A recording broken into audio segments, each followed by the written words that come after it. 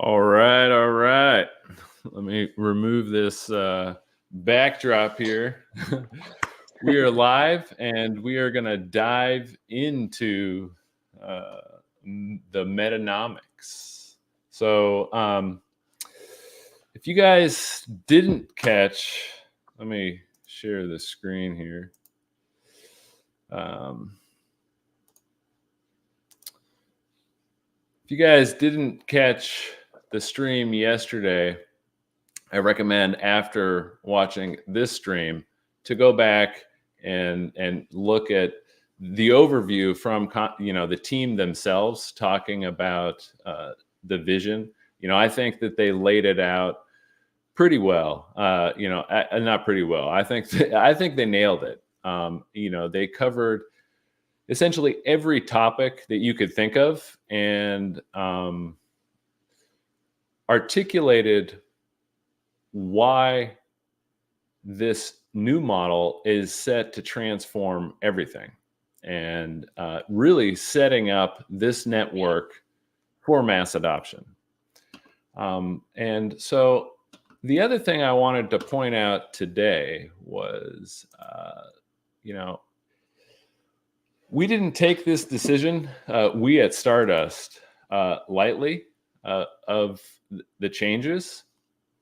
And one of the things that we requested before we approved the transfer of funds from our treasury to the team is we wanted to review the tokenomics itself and how the team was actually planning on handling all this stuff. And so we reviewed the tokenomics and we actually liked it. We agreed with everything that was in there. And today we're actually going to cover all this. But one of the things that we at Stardust wanted to do is we felt that it was important to have an independent authority actually review the tokenomics itself. Because, it's one thing if we're saying it's great, and it's yet another to have a third party review your work and see if they agree with it. And for those who don't know, Hacken is a leading industry company. They review everything. They have done thousands of audits, and they have audited everything from Polkadot, Avalanche, all the top chains, Binance. And they actually gave Constellation a really good rating. And we're actually, Chris and I are going to walk through this report and explain in detail, why we agree with this assessment. And I encouraged everybody yesterday to actually read this report. This is actually a really good report, and they gave us an incredible rating. They actually liked the tokenomics, and they agreed with everything in it. There wasn't anything bad in this tokenomics. And so today, Chris and I are going to kind of walk through and explain the benefits in greater detail for those who kind of might have just gone over people's heads about the importance and how this new mechanism is actually going to translate into adoption and into growth, but more importantly, how you as a token holder are actually going to benefit from this new system. Yeah, and maybe Dagno, if I could just jump in briefly, two things I'd want to point out. The goal of Stardust is to represent the Constellation community. So Constellation, the entity, kind of worked their butts off, came up with this model that they believed, was the best move for the platform to grow in a sustainable way, kind of in a resilient way, regardless of what we see in the crypto marketplace, whether it's bear markets, bull markets, the ability for Constellation to attract the best developers, to build on the platform, and ultimately, create a thriving ecosystem. Stardust kind of takes a look at that, and we kind of act on the benefit of individual token holders or community members. How does this impact, your average DAG holder, right? And so that's really the puts and takes. It's not that there's necessarily opposing forces, but that's kind of like the check and balance of the system. And so, as Dagnum kind of mentioned, one of the initiatives of Stardust was, look, we like this. We had some pushbacks on certain items. There, as Dagnum said, there was a lot of back and forth, not to try to, tilt the scales one way or the other for the community versus the entity, but more to make sure everything, was in the best interest of Constellation ecosystem.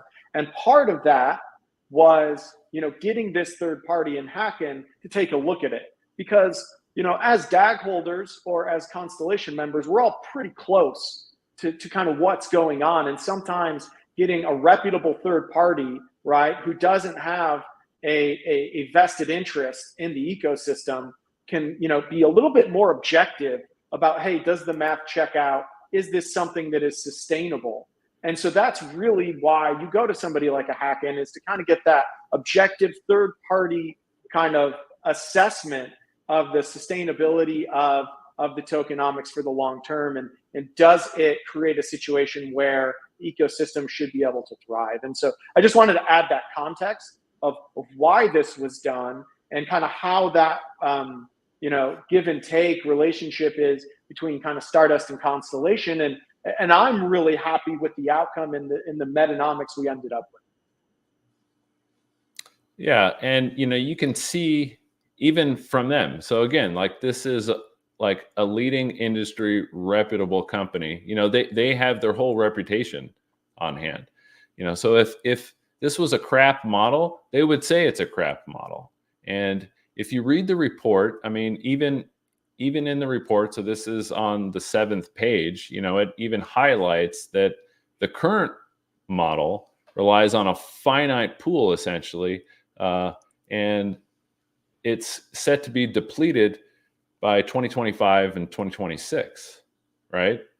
So, it was important moving forward for the whole growth of the entire ecosystem and for token holders that something needed to change. I mean, there was no way that the network was going to be set up for mass adoption when you had a reward system that was going to be depleted.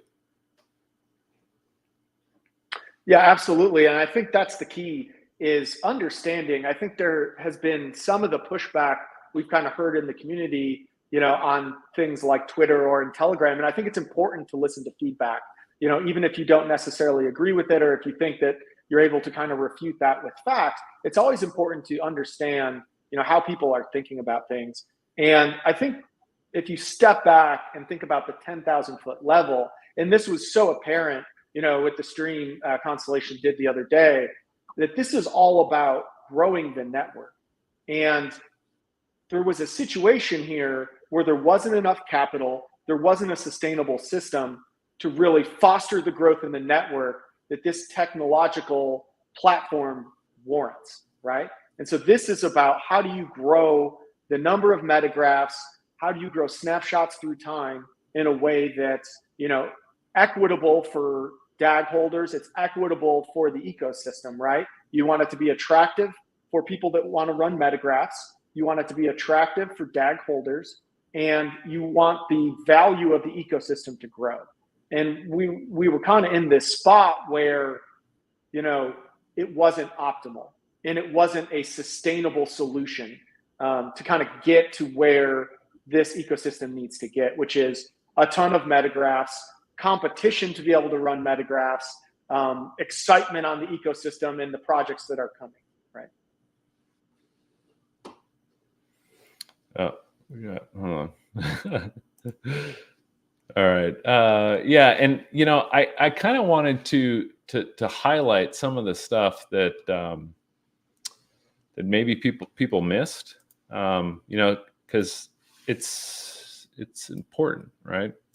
So yesterday, Diggles was actually dropping some alpha here, And this is a direct quote from the stream yesterday. So before he actually jumped on that thing with Ginfinity where they were talking about the Metanomics, he was just got out of a meeting with Panasonic and, quote, being able to integrate Web3 with existing Web2 without having to rebuild their whole platform. So like that was huge, right? So, essentially we don't really have an idea, we'll find out at some point what exactly Panasonic is doing. They have a whole suite of products. They've got home IoT stuff. This is on Panasonic's website. Not only do they have home IoT stuff, but they're actually an industry leader in IoT solutions. They've got tons of stuff, sensors, manufacturing equipment, and any one of these things could be integrated as a sensor on the network right now, because you can take your existing hardware and you can plug that in directly to the Metagraph or any Metagraph. So it could be any one of these solutions, any one of these sensors, any one of these applications, any one of these Panasonic products could be it, or it could be actually multiple of these products. It could be TVs. Panasonic makes a lot of TVs. They make cameras, and it could be something super simple. But when you take a company like Panasonic, and it's a global company, and you think about how many products they have, the number here gets pretty mind-blowing. And I'm going to show you guys here an example that already exists. So the door Metagraph. The door Metagraph is a simple IoT device. It just plugs up on any doorway and it collects foot traffic. And that foot traffic is then bundled up in snapshots, and then it's submitted to the global hypergraph. And the hypergraph takes check-ins of these devices. So currently, there's 3,000 of these nodes, these door DTMs. And if you do the math, if you look at the snapshots that are submitted every single day, I counted it out myself. I looked at the snapshot count from yesterday to today, and it roughly translates into around 20,000 snapshots a day. Okay, and that's just from these DTMs. That's just from 3,000 DTMs. And so how that is going to translate into snapshot fees, which everybody is really excited about, is so the snapshot limit, the freemium limit here is 50 kilobytes. So if you take 50 kilobytes and you do 20,000 snapshots a day, it roughly comes out to about 600,000 snapshots a month. And now this is for the DTM, right? So that comes out to a monthly cost here of did I have the stake? Yeah, it's 0 staked DAG, right? So that comes out to a total cost of $400, which isn't a lot of money, right? That's 3,000 devices, and it costs the company $400 a month to operate. But here's where the delegators come in, and here's where the staking stuff comes in. So this is with zero stake DAG. So imagine you have, we'll just put out a number, just an easy number, like 10 million DAG, which is totally reasonable. There's plenty of holders that have this amount of DAG. So I don't think that that's an unreasonable estimate to say that there could potentially be 10 million staked DAG on the door Metagraph. And that reduced the cost to actually, it changes it, right? So you don't even have a reduction of cost, you have a net benefit. So Door, all of a sudden, instead of costing money, they're making money. Okay, but that's just Door. So with Panasonic, for example, you have an industry leader, global IoT manufacturer. They've, like I said, they've got millions of TVs out on the open market. They've got millions of cameras out on the open market.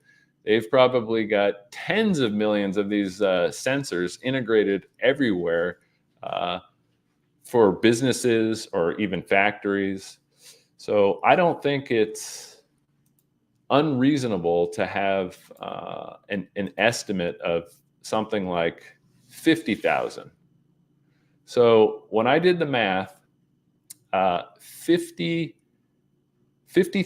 sensors would roughly translate into, I did the math, and it was 500,000 snapshots a day.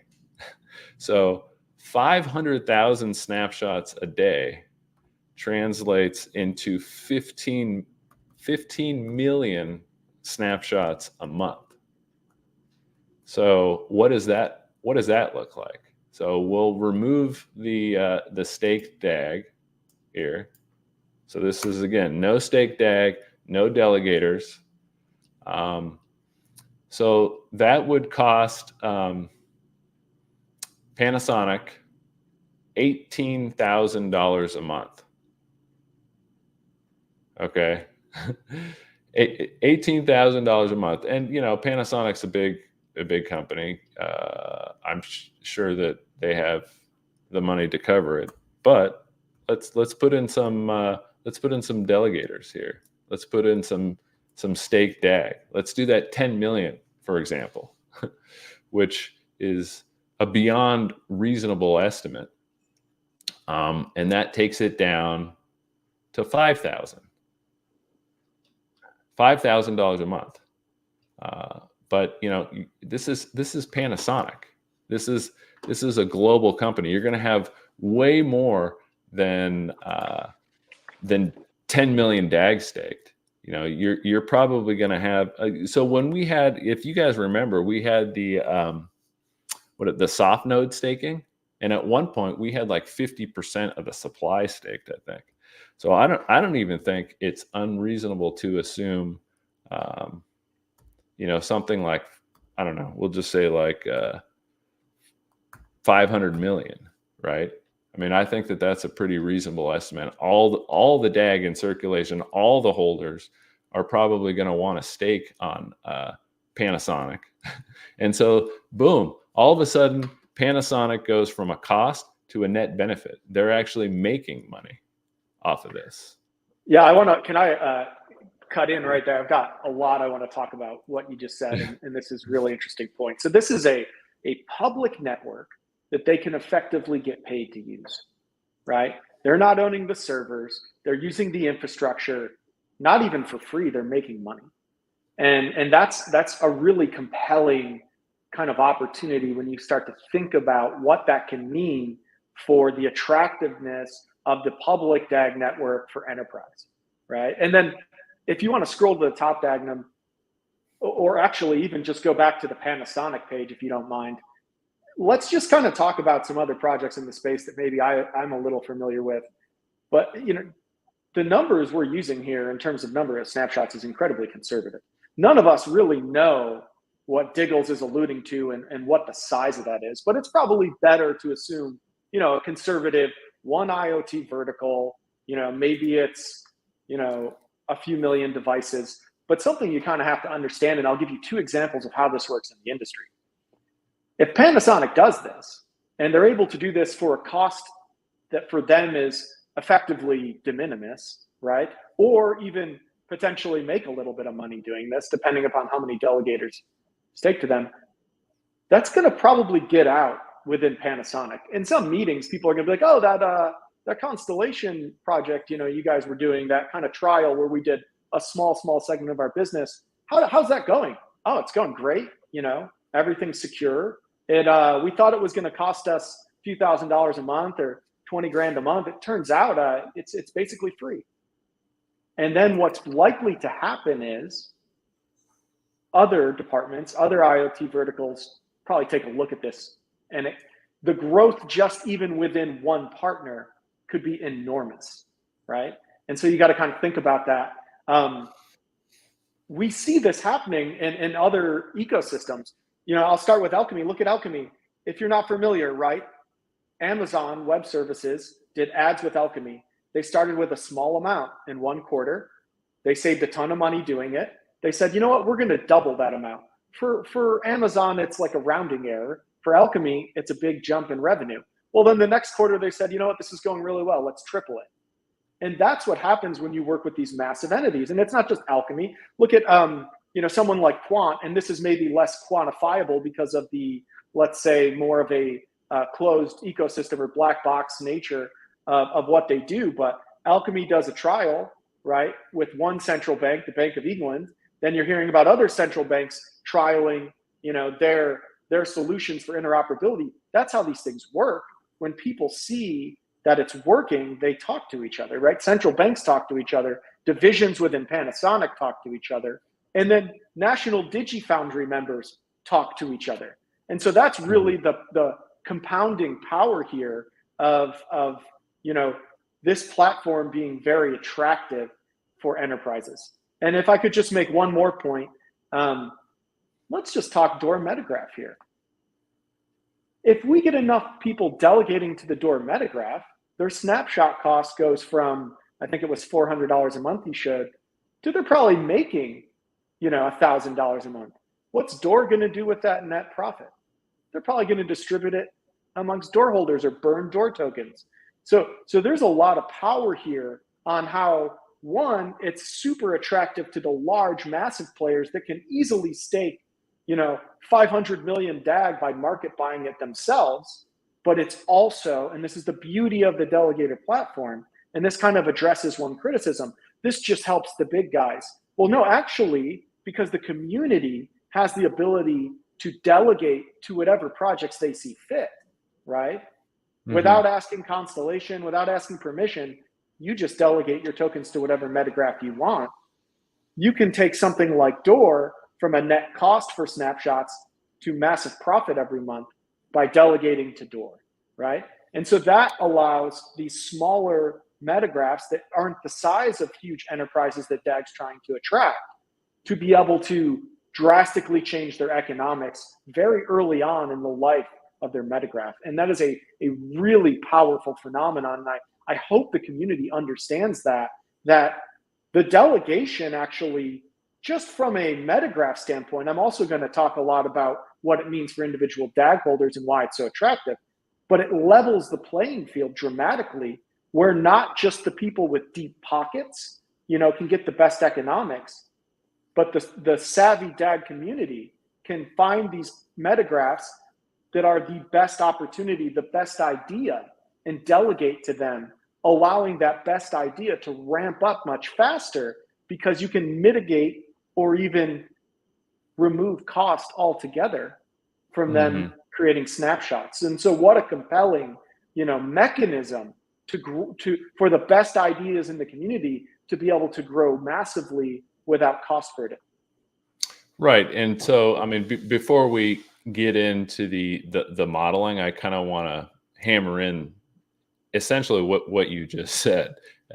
Looking at Panasonic, that's a huge win for the network. But essentially what's happening is Panasonic is going to attract delegators. It's going to funnel validator fees to pay fees and stake snapshots at a discount, right? Essentially locking up and removing incentives from circulation, right?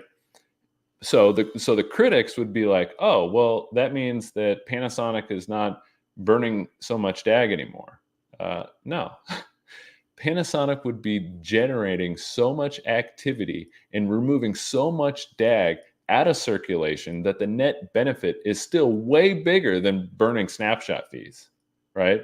So snapshot fees are not strangling the business, any business or projects out there? Hey, can I chime in?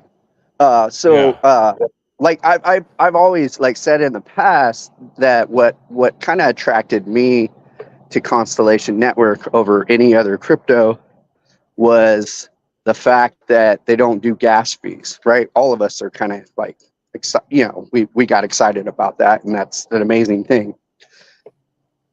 Instead, they thought of it the right way to where crypto can be in the real world, right? So instead of charging the users that use the network, they charge on the back end, which is great for businesses because they can calculate their how much money do they need to come in to be able to sustain something. They don't have this exorbitant gas fee that goes up and down. You know what I mean? So like if they get tons of customers coming in, all of a sudden now they're paying a huge gas fee. So it kind of defeats the whole purpose of doing things, right? So that's one of the things that I thought was really great coming into Constellation Network. The cool thing also that I see with this delegating stuff is, back in the day, I had software that I gave away for free. I had software that was subscription based, things like that. What I think is really cool with this is this kind of opens the door for companies to be able to do things like offering a subscription based software, offering a freemium software, but that freemium software can actually make users money. You know what I mean? It's like if they have this crypto involved with it, they can delegate to that company. They can make money off of that company, right? With a free program that they're using. That company still has a pay version of their program that does something more, that brings in more revenue to that software, right?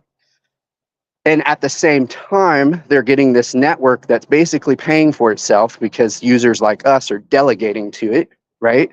So like it's kind of it's a win-win situation for everybody that's involved. Everybody can be a part of it and get a piece of that pie, right?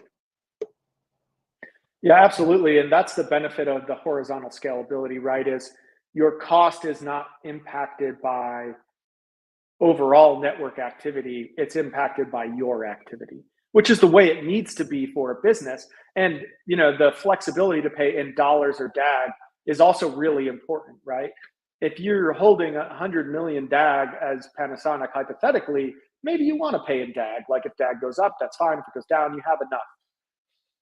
But if you're a business that doesn't really have the funding to sit there and market by 100 million DAG, and you haven't attracted a lot of delegators yet, you have a predictable cost in dollars. So you're not freaking about your budget month to month, which is something that would happen if you tried to do this on a network such as Ethereum, right? Where you're paying in a token, that token price can be volatile. And oh, by the way, if the network activity as a whole goes up, which is completely out of your control as a business, your cost, not only are you impacted by the token price, but you're impacted by network activity. As we all know, gas fees increase when Ethereum is more bogged down or has higher network activity.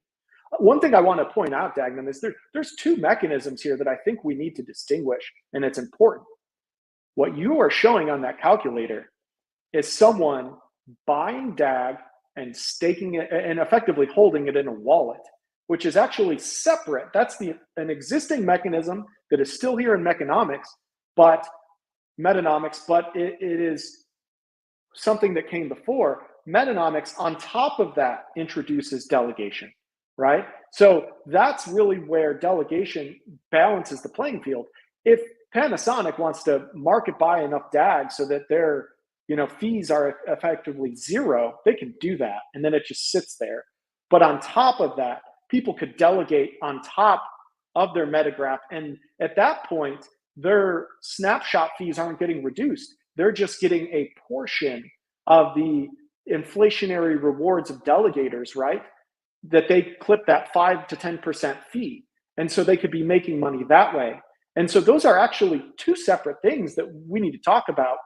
if you're a small, operation, like I'll use Door just because it's an existing metagraph. Maybe Door is not going to market buy 1 million DAG and sit on it, in their metagraph, but they could have 100 million DAG from Delegators. And the important distinction is when you have Delegators, your snapshot fees aren't reduced the way they are if you're holding that DAG yourself.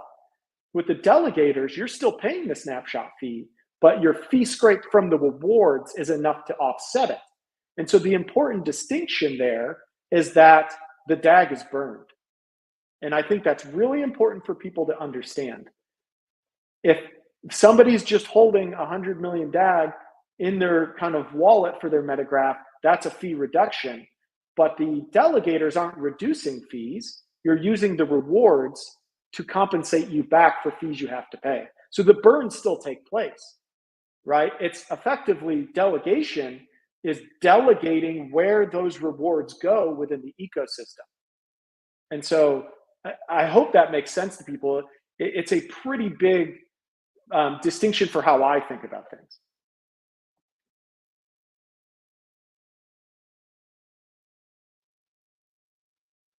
I think you might be on mute, Dagnum. I can't hear you.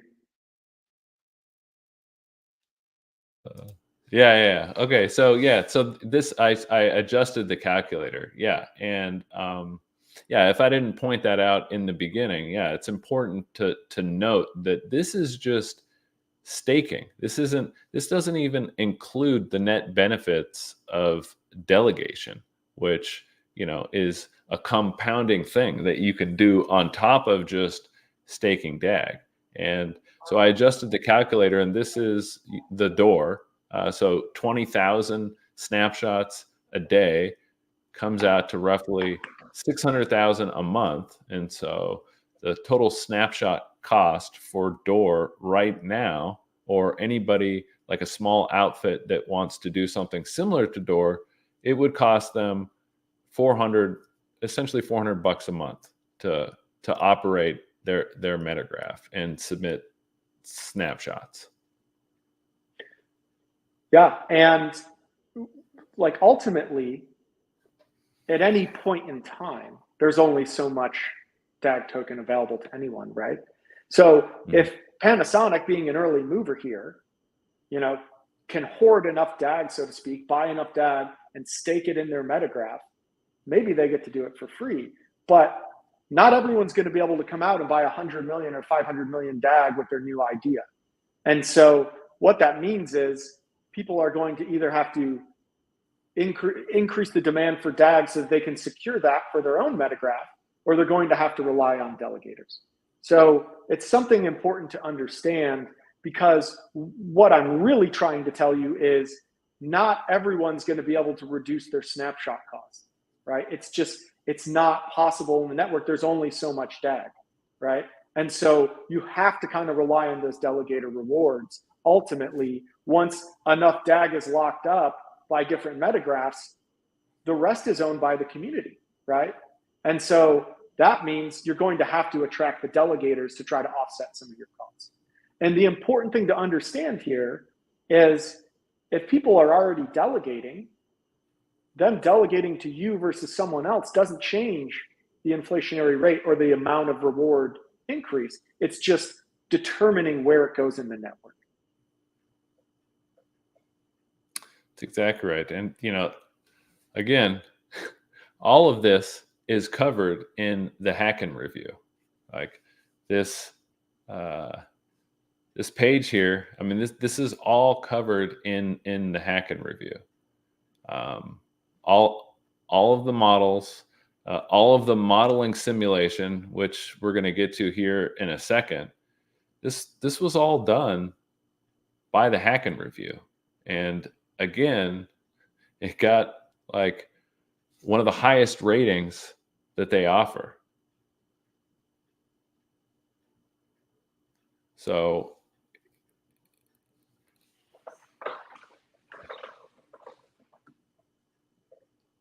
yeah, I mean, and I think it's important to mention, I think the way Hacken looks at it is it an equitable outcome for holders, but also is it sustainable, right? And that's the most important thing, is it's a transition to a more sustainable model that really gives the tools needed by both the community and the Constellation team to attract the best businesses, the best metagraphs possible, right? And grow the ecosystem for all.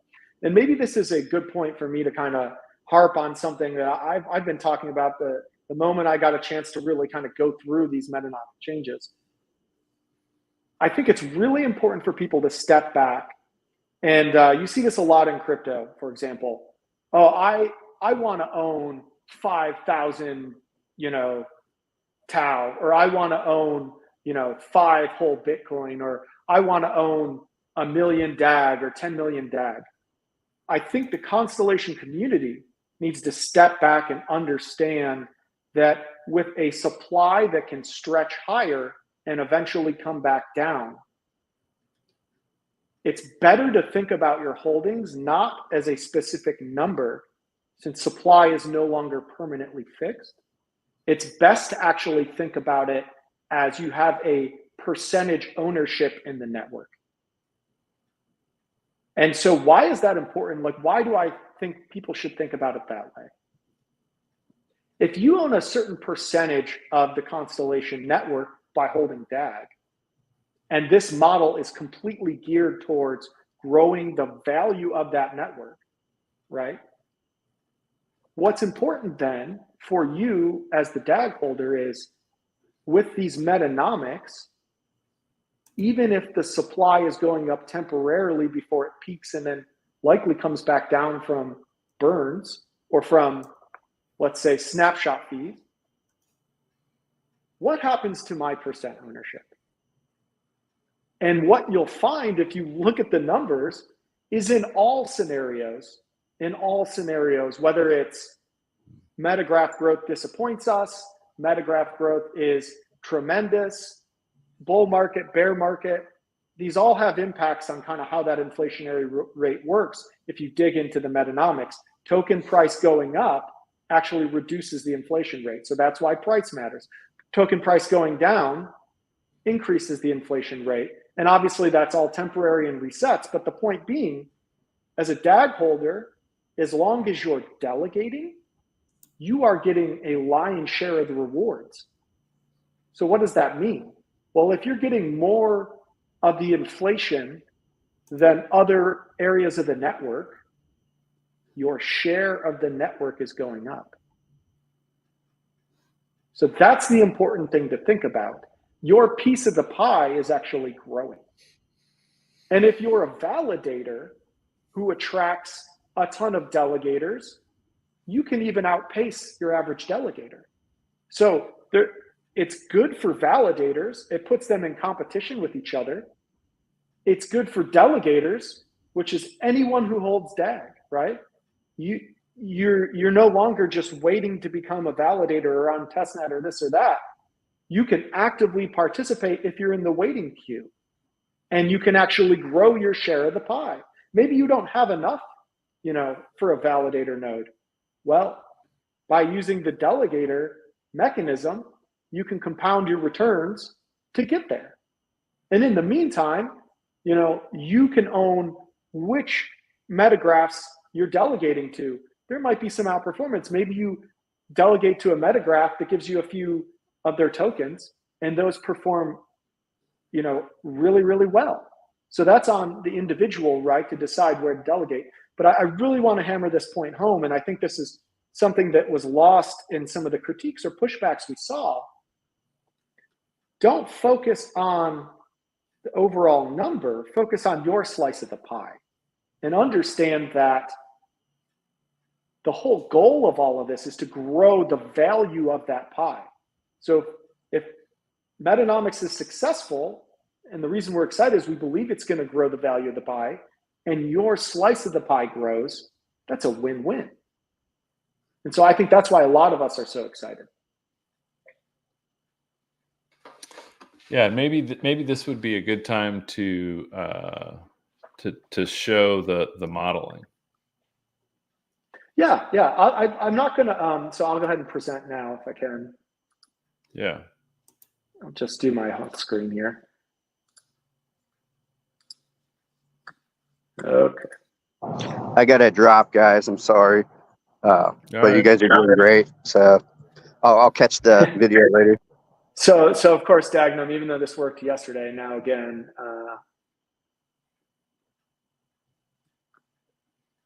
now it's not working, right? Could you potentially pull this up?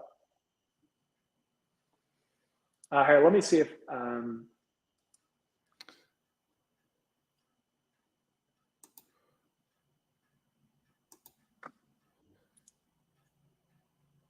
gosh, I don't know why this worked no problem last night and now suddenly it's a problem.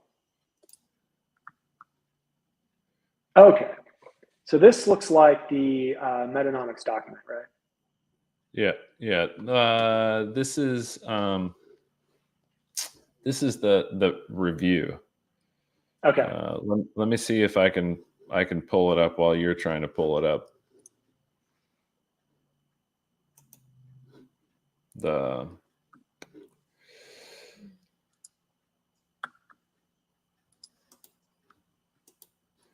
wow.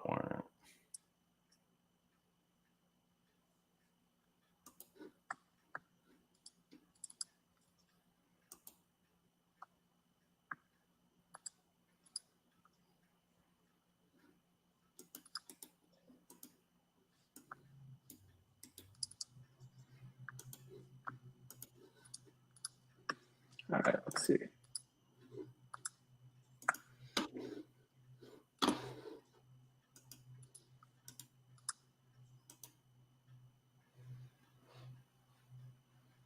All right, can you, I think I might have got it finally.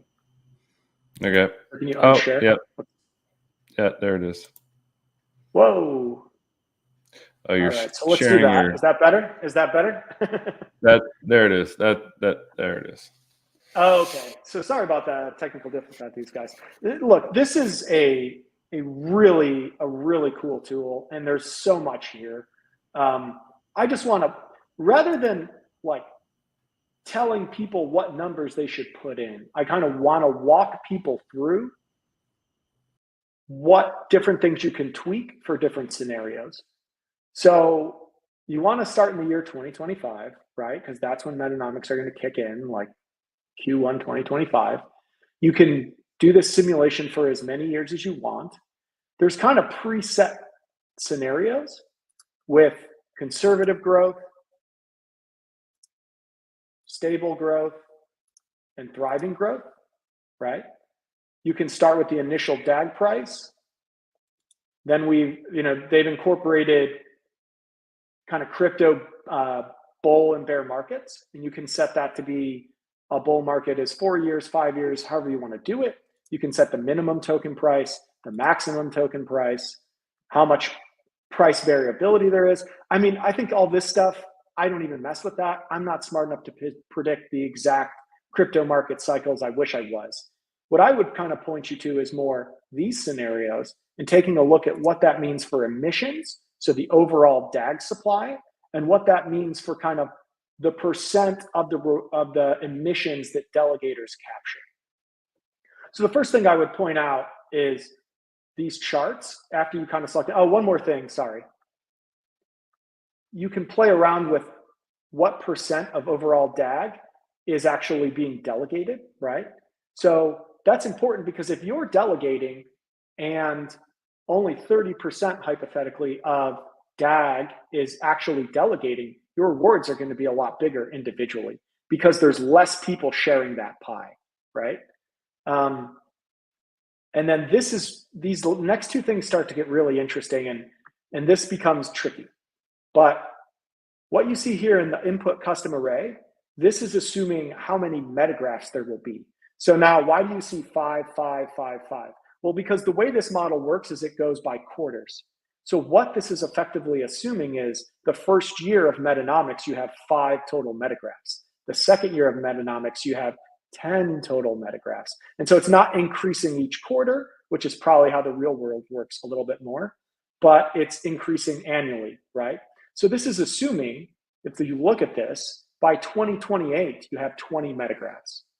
So I would say it's pretty conservative. It's kind of hard to tell these things. But what you can do is you can come in here and tweak any of these numbers. I can say we're going to have 6 by then, and maybe smooth it out to say, 5, 6, 7, 9, right? And then that will actually impact the outputs here that you see, okay? I can also use just a growth rate of what's the growth rate in metagraphs, annual growth rate. So when you see 2 here, 1, the starting number, so you start with 5 again. How many metagraphs do you add a year? Do you add 2? Do you add 5? Do you add 10? And if you look, I click on it, it's going to have an impact on these charts, right? So if you start with 5 metagraphs, you're probably not going to grow 50 metagraphs year 2.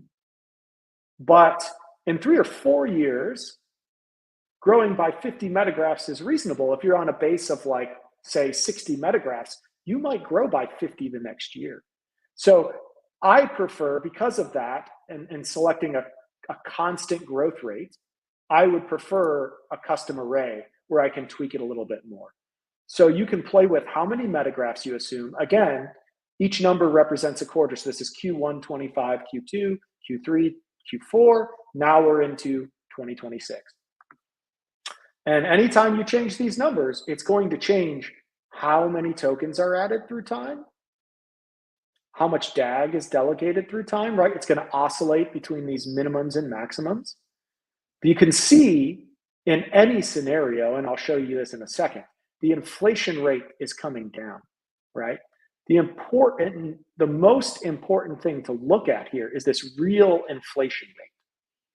So in economics, real growth is like economic growth minus inflation. That's why you'll hear people quote real GDP all the time.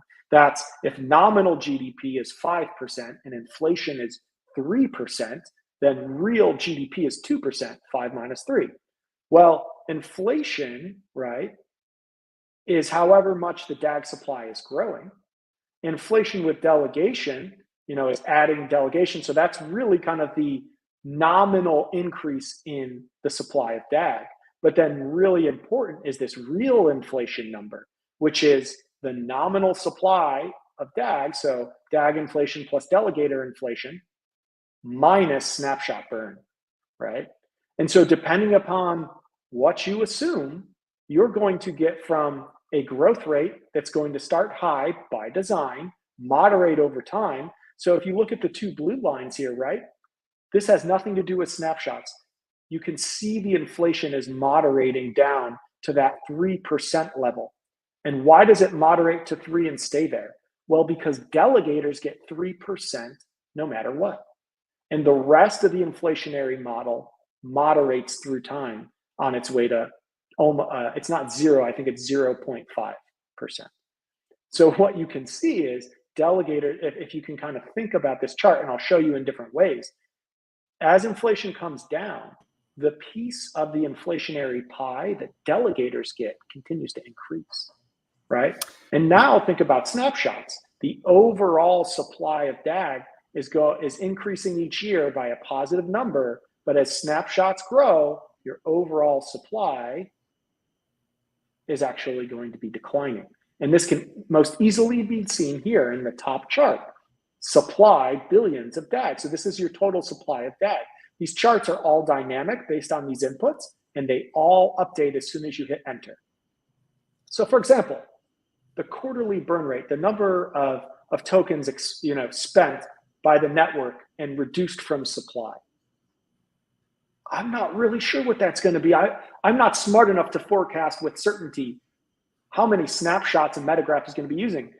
As we kind of pointed out with Panasonic, maybe their Metagraph initially is big in comparison to Door in terms of snapshots, but that could be multiples of itself in a few quarters or a few years later. So this is a really kind of hard number to understand. And through time, as we see more examples of Metagraphs and have more of an information set to work with, you can probably get a little bit more conviction in this number. But if I, just to show you this is all dynamic and live, look at your total DAG supply. It's going up, it's stretching, right? So that we have the funds we need to pay rewards to delegators, to entice and incentivize projects to build on the hypergraph. But then as snapshots rise up, it flattens out, and then supply starts coming down. And when I was talking about your stake of the network before, the entire time the total supply is growing as a delegator, your stake in the network is growing. And then if the supply starts to come back down, your stake in the network is growing even faster, right? So the denominator, right, of DAG that is splitting the value of the network is going to start decreasing, which all else equal means DAG tokens are worth more, right? And at the same time, the tokens are worth more, and your supply is actually, your piece of that pie is growing, right? But so as you can see, this is just illustrative, but if we're way off here on snapshots, we're way too conservative, and what that means for DAG being used and reducing supply, holy crap, what just happened? Well, DAG supply goes to zero. That's obviously not going to happen. What would they do in this scenario where snapshots just explode? Well, they're probably going to increase rewards to delegators, to validators. And so the real supply would maybe only go down a little bit, but your piece of the pie would expand even faster, right? So that's the thing to understand. And so maybe that was too extreme of an example. So instead of taking it to, 1.5 million, let's take it to, 250,000. And what you see is as snapshots grow, the supply peaks sooner and starts to actually go back. And in this example of just, we're increasing the amount of DAG, used and leaving the ecosystem from snapshots by roughly 2/3 or 67%, you can see that you're actually, through time, way under where the previous total supply was. And that's the beauty of this model, is as the ecosystem flourishes, everyone benefits. So I think it's really important for people to play with this themselves, to kind of look at it, to understand, what does it mean if snapshots are higher? What does it mean if we have more metagraphs, right? Faster than people think. What if it's less than people think? What if, people don't quite get the delegation and the max delegation is only like 40%? Well, your DAG emissions actually go down because there's a fixed 3% inflation that just goes to delegators. So if less people are delegating, that means that the incremental supply is actually less. But for those people that are delegating, if the incremental supply is growing by less, but anyone who's delegating is still getting that 3% plus, your slice of the pie is growing faster, right? That's what's important to understand. So you can see if I increase this number, let's just make it 90 to make it really obvious to people. The more people that delegate, the more the supply will grow because they get that fixed 3% plus a proportion of inflation. Okay, so you can see it's a little more choppy because it's oscillating between 35 and 90. Maybe a better illustration is changing that cap. And so you can see the new tokens that are added over time is not really eroding. And this is the beauty for people to understand. Even though the tokens added are not going down, right? Because so much is going to the delegators, the supply still is going to start coming down. That's the beauty of the model. And then if you say to yourself, well, this is too conservative, even with 90% of people delegating all the time, the supply peaks and comes down. So everything is kind of predicated on the network being used, which is exactly what you want. Interests are aligned between Constellation and holders. And maybe another thing to kind of point out, I know I'm jumping through a lot of stuff here. This is recorded. Everybody knows you know, I'm available on Twitter, I'm available on Telegram, you know, put an @ to me in one of the rooms. I prefer not to get 100,000 DMs, but you know, I'm pretty active. So if you have a question, feel free to ask. What I would point out here, and this is kind of one of the most important concepts, I gotta find the right chart to kind of understand, okay? Look at this. This is the emission split over time.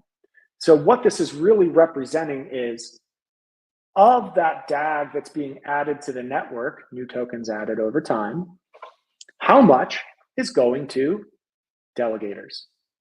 Well, delegators here are getting more than half, and it grows through time as other inflationary components come down. So delegators start winning, which means if you delegate day one and you don't sell your DAG, your share of the network is going to increase faster than the overall inflationary rate, which means your piece of the network pie grows. And as through time, no matter what I do with any of these variables, because of the natural rate of decay in the kind of emissions going from 6% to 0.5%, delegators are going to actually gain a bigger piece of that pie through time. And that doesn't change as supply peaks. And that's the key to understand, right? Supply is expanding to fund aggressive growth of the network. It will peak, and no one can tell you with certainty exactly when that is unless they have a crystal ball.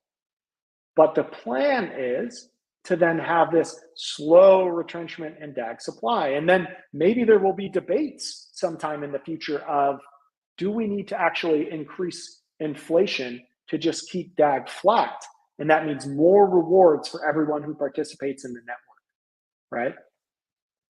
Now, one thing we're doing here, I want to make it very clear. This tool is not about trying to predict what the value of one DAG token is worth. It's trying to show you how the supply evolves through time based on network activity. This token price is to just somehow try to incorporate the crypto market cycles, right? But you have full ability, like I can say DAG is going to top out at 10% or $10. If I do that, what's going to happen is the inflation is actually going to come down.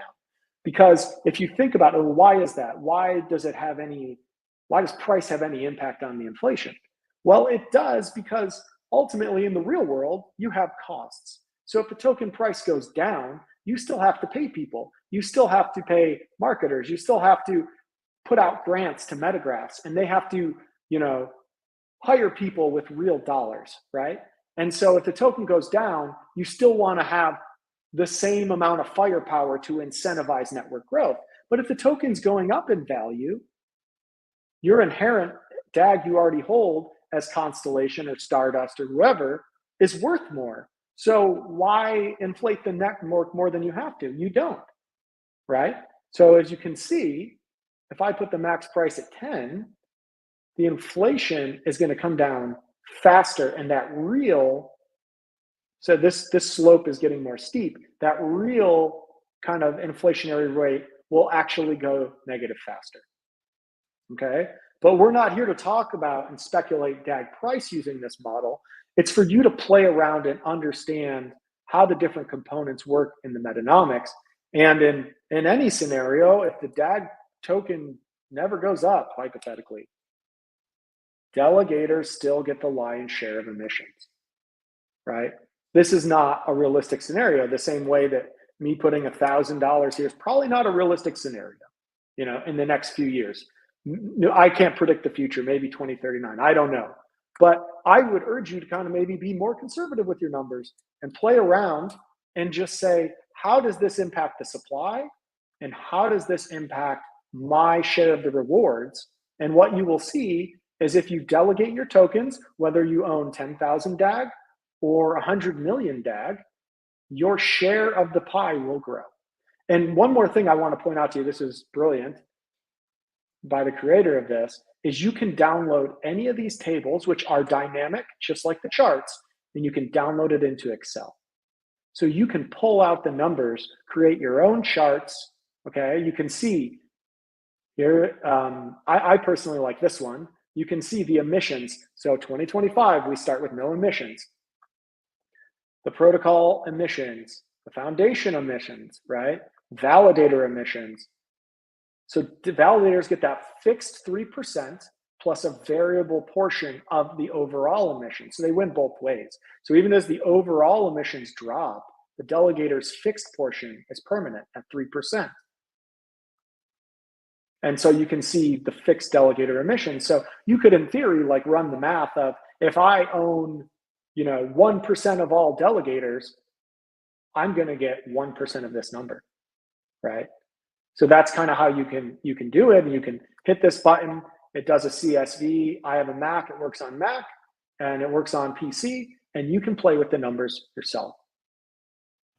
So yeah, and I just threw a lot at people. I threw a lot of questions, Dagnum, or revisiting something. But I encourage people to replay there's a question this here about the percentage. Yeah, so this guy is asking if it's 3% a year, a day, and no. So the inflation adjustment moves with the price. Yeah, that's exactly right. And so I tried to explain that mechanism. And let me be clear on this. And maybe I can. And so what you see here, right? And this is what I mean by the decay in the inflation.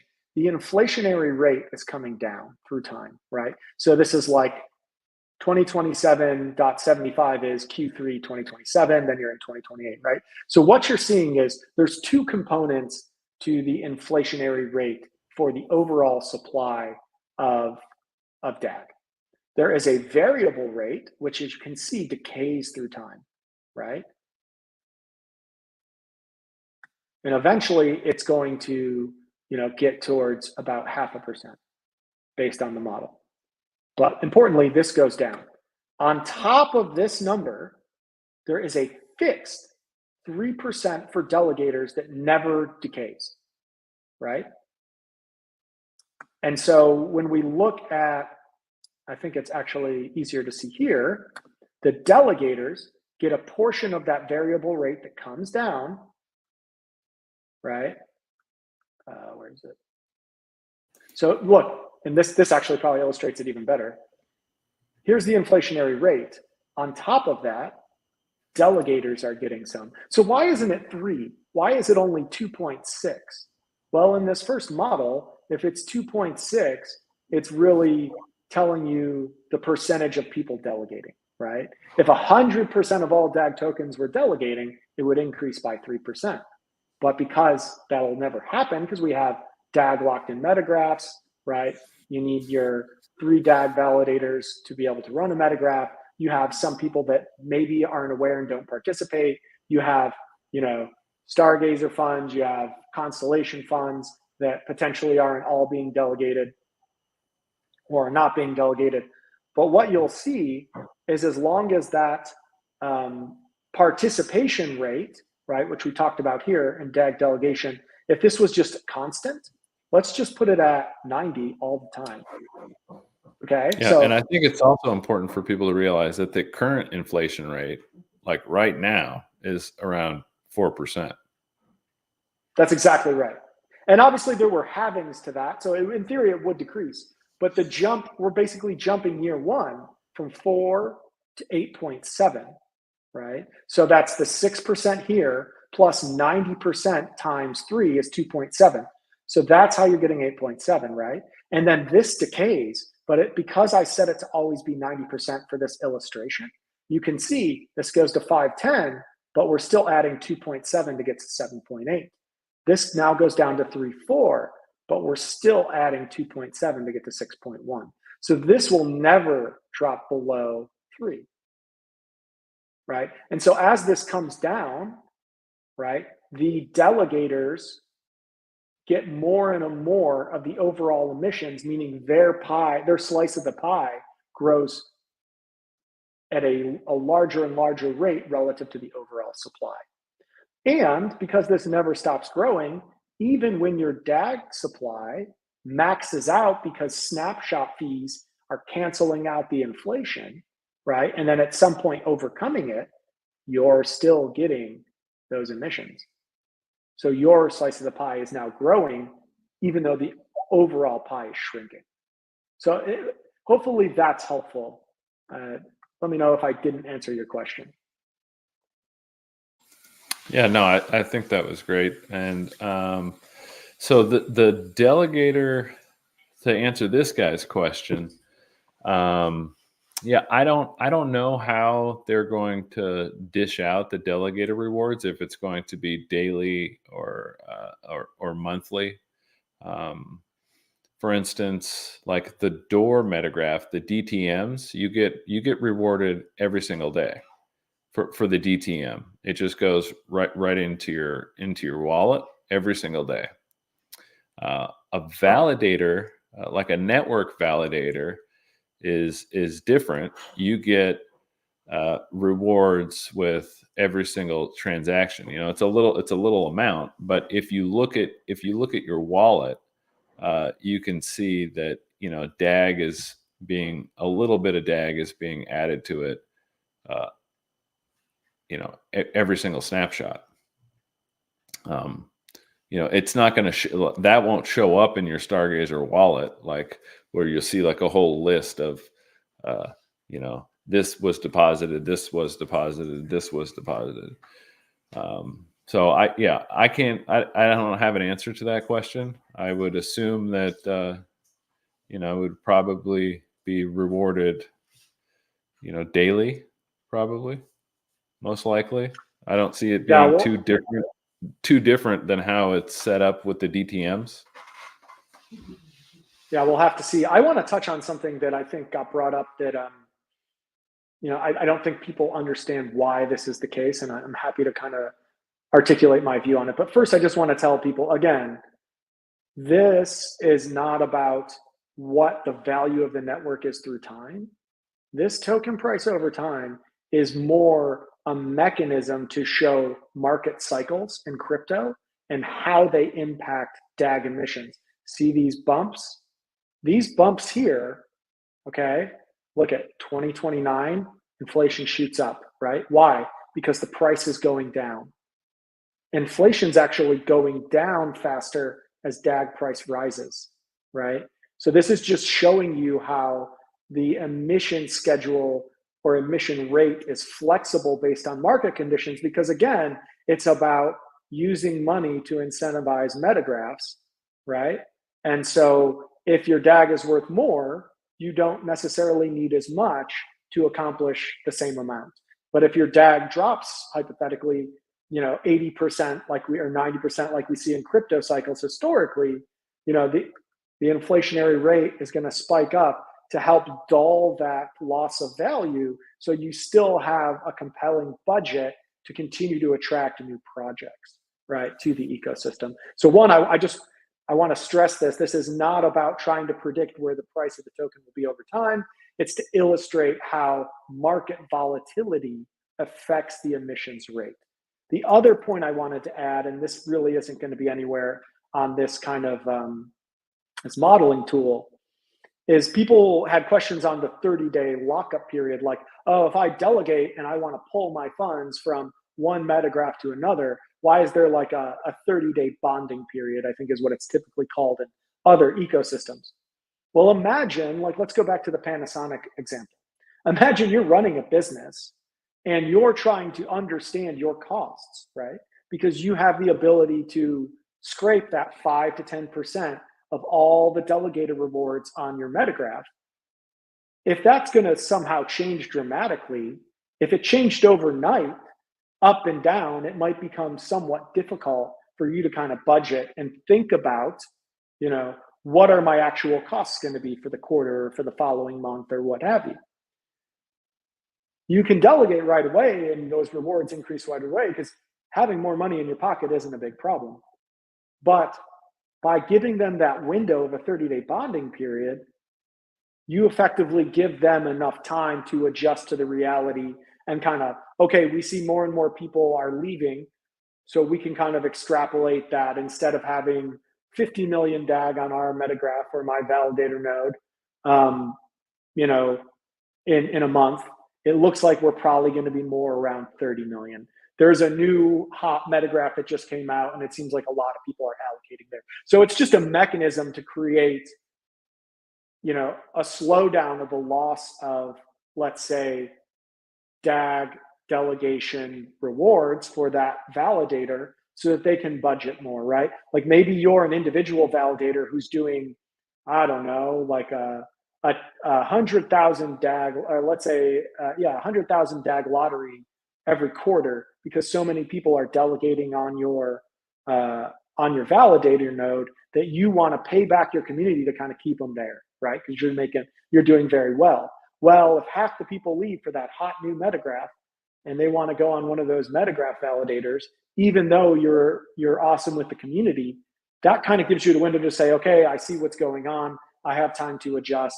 Hey guys, we're going to switch the lottery that's every quarter for one random delegator on my validator node to, you know, 30,000 DAG now, hypothetically. So that's an example of how it might impact a business or an individual, right, who's trying to think about how to best incentivize those delegators.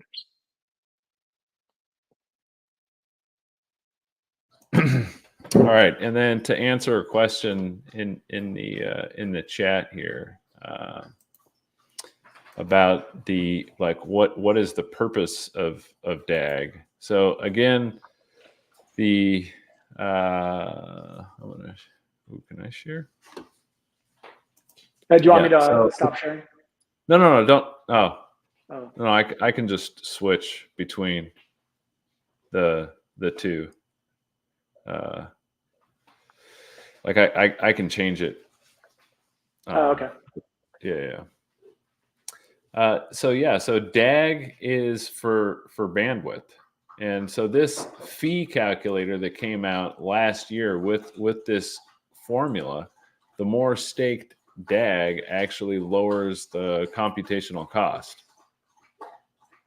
So for validators, DAG is the collateral that's required to run a node. That's all it is. And it's effectively the gas fee, right, for snapshots. Yeah. Right. So it's both. And maybe this is a good time for me to kind of talk just a little bit about a tokenomic concept, which I think is really important. And I don't want to necessarily talk bad about another project, but I'm going to use another project as an example because it's very easy. Okay. So one of the things that's really important in tokenomics is if you kind of think about a fixed set of demand for the DAG token out there. Obviously, this whole model and this new Metanomics is about increasing the demand for DAG, whether it's to, you know, stake it on your metagraph or to effectively pay for snapshots, right? If you're paying dollars, it gets converted and so on and so forth. To pay for snapshots to use the network, right? But what's important in tokenomics is two things. It's, you know, how much of the supply is available, and then what is the velocity of that supply. So let's talk about those two components, right? If you assume you're trying to attract demand, so we'll just say hypothetically demand is, you know, 100,000 DAG a day of demand, right? It's recurring buying to pay for snapshots. This is sometime in the future. We have a lot of metagraphs. So now let's talk about these two components. If you have a bunch of DAG locked in metagraphs, right, to effectively lower cost for them, that is available DAG taken out of the supply. So now that demand of 100,000 DAG a day, instead of it being, let's say it's sometime in the future, instead of it being, you know, 3.6 billion DAG, let's say it's 4 billion DAG, only maybe, you know, 2 billion DAG is available to even be purchased at any time because delegators have it locked up, earning rewards, and metagraphs have it locked up to lower their fees. So that act of taking supply out of the marketplace, it allows that 100,000 DAG a day of natural demand in the ecosystem to have a larger impact on token price. Because if you think about demand and supply, here's demand, and if supply is here, the intersection is price, right? But by staking DAG and taking DAG out of circulation, you're shifting supply to the right with that same level of demand. Now that cross is higher, right?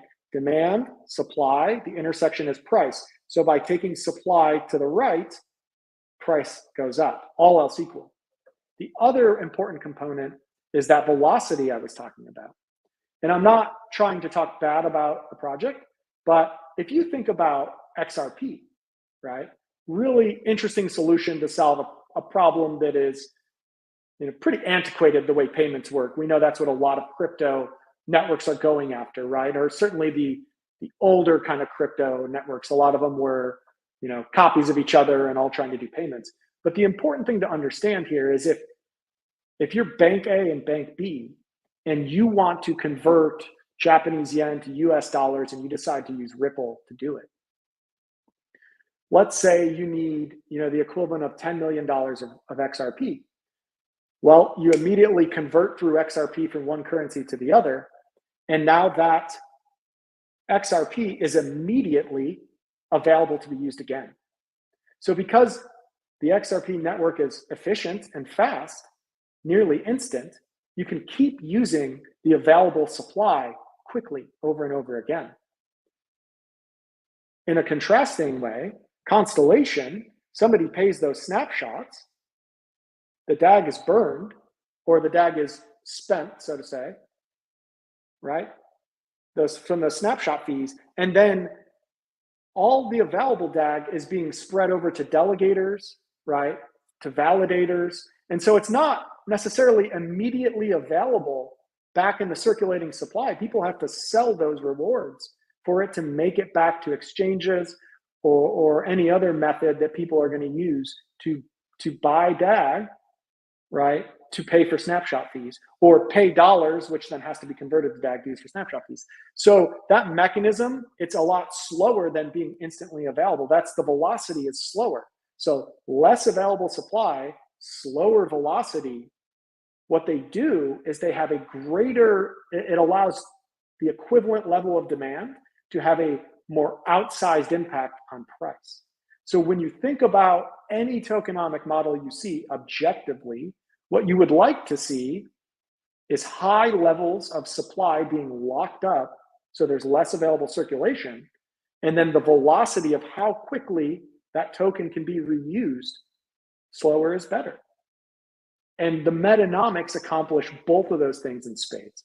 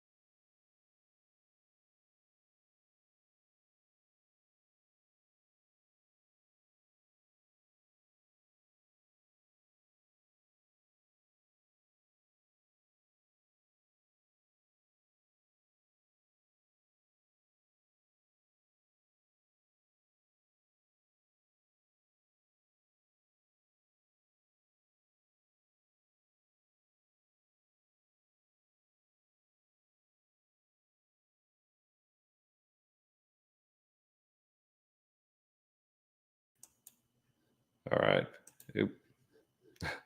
Lost audio.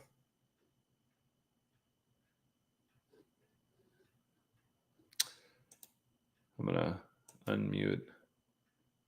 Yeah, sorry, I was having a with my audio. It just Yeah.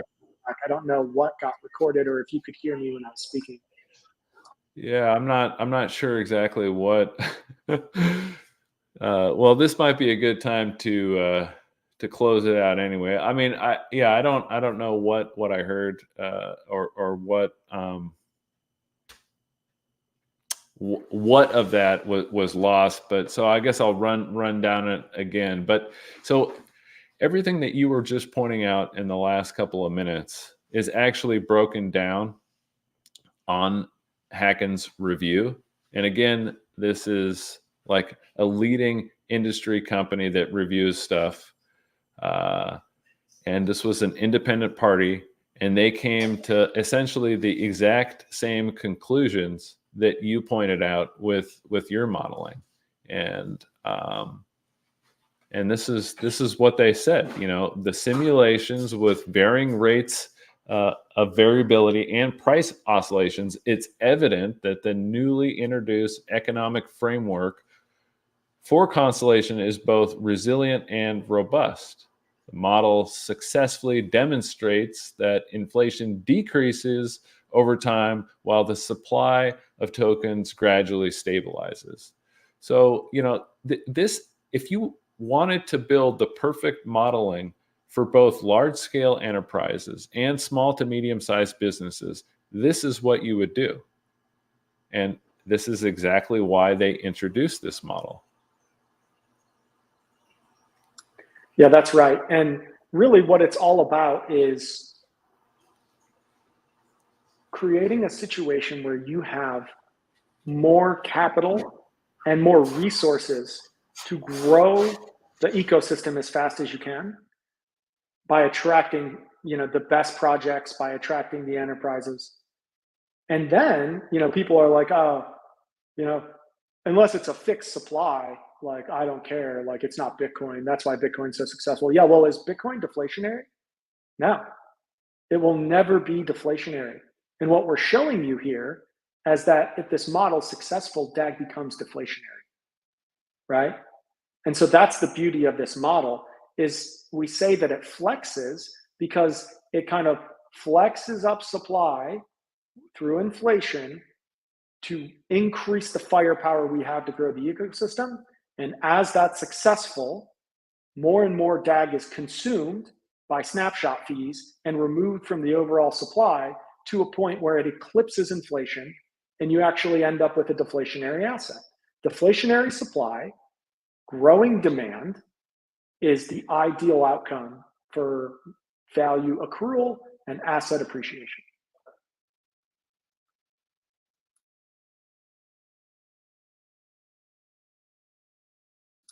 I think you're still on mute, Dagram. Yeah, I mean, I think we covered it all, and I think we answered everybody's questions. But yeah, I mean, feel free to reply to this stream, leave a comment in YouTube, and join Telegram or Discord if you had any other questions about the new Metanomics. But I mean, I think this is going to be great for the ecosystem. And, you know, the proof is in the pudding. I mean, all you have to do is just look at what's coming. I think the biggest signal here is, you know, Panasonic likes what Constellation is doing. So you should probably put more value into that than some random person on the internet leaving comments. Yeah, and listen, I encourage everyone to, you know, use the modeling tool, read the documents, ask questions if you don't quite get something. Make up your mind for yourself, right? Like, there's a lot of resources in this community to be able to help. And I love answering questions by like pointing to documentation or providing clear facts, right? I don't want to give you my opinion. I say I like these metanomics. I do. I can kind of walk you through why I do. And we try to do that today. But ultimately, don't take my word for it. Don't take Dagram's word for it. Don't take Constellation's word for it. Look at the modeling yourself. Play around with the tool. Make sure you understand the concepts. and, make your own decisions. That's all we can ask for. I think the methodology, the approach, and, the high potential for positive outcome speak for themselves. There you go. Do your own research. All right, everybody. Take it easy. Hope Bye, you guys. enjoyed it. Thanks.